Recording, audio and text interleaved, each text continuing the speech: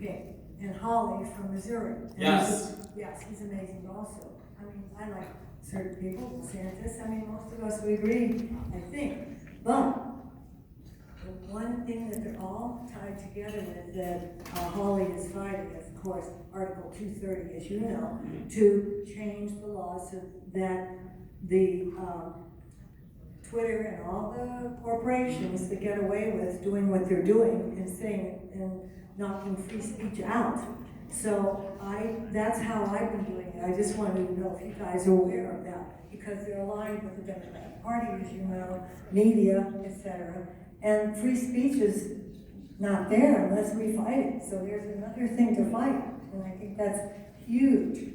He's coming out with a book tomorrow, or today, I think, Holly. Okay. So. Well, that wasn't a question, but I've got something to add. I'm asking what I've you think got of, something to add to your important point. So, she makes a good point, guys. Do you know why do we keep giving money to the Democrats when they use that money to try to cancel and destroy us? So, I think to your point, we need to invest in alternative social media. Yes. You have Parler. You have Gab, you have Telegram. Those are all alternatives to Twitter, Facebook, WhatsApp, Instagram. And most importantly, did you see what the Florida House and Legislature passed in regards to social media? They passed a bill, I think it's on the way to the governor's desk, that would fine social media companies a large sum of money if a politician who's running for office is removed from a social media platform.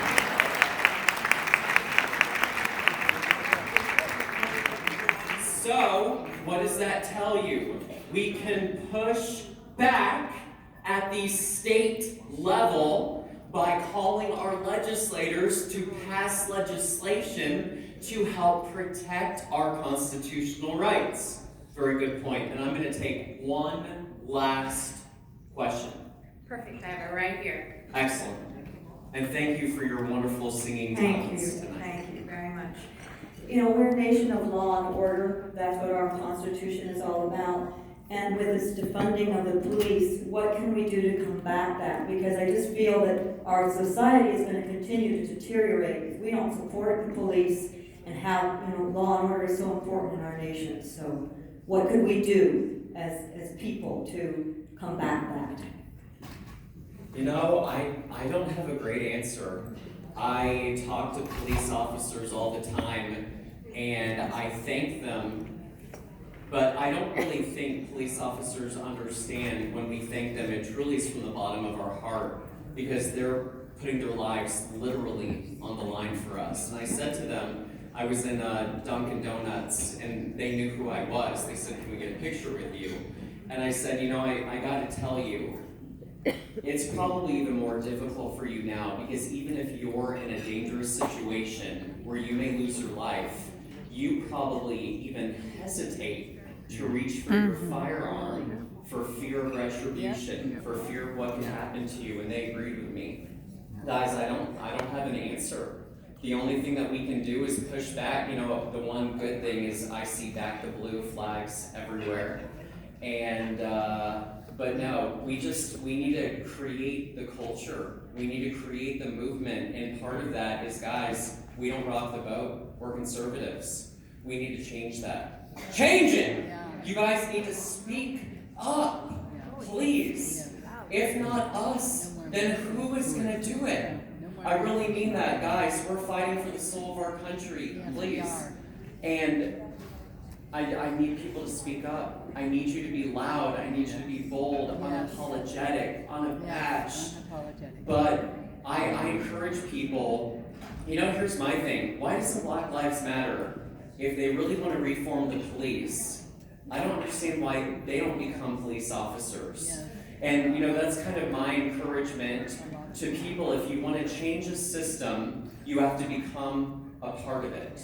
That is why we join our Republican Party, to change it. That is why you become a precinct chair, to change it. If you really want to change our country for the better, here's my number one suggestion. Every single one of you you, listen up! I don't want you to run for Congress. No. I don't want you to spend $10 million on one seat. You know what I want you to do? I want you to run for city council. I want you to run for school board! If you want to change our country and change our culture, you run for school board. Put your name on the ballot. What is the worst that can happen? Right? And let's open those schools. Let's change the education system. Let's change the culture. We need to start thinking 40 years ahead, not 4 months or 4 years. We need to start thinking 100 years ahead, like China does. And that is how we can change the culture of our country. I want to say one last thing in wrapping up. Again, I mean this to you. Guys, I'm a young guy. I am. But I have clear eyes, and I have a clear heart on this, and I make a commitment to you. Even when I'm 90 years old, I will still be working that street corner with my walker. It will have tennis balls on the ends. But no, I'm in this for the long haul. I promise you, I will work day in and day out as my hair continues to grow. And I make a commitment, Joy, whatever you need from me, I promise you, I will do everything I can to help your club because you have shown that you are committed to the cause of freedom. And I'm so thrilled that I had the opportunity to be here with you in the desert. So thank you for having me. I'm done.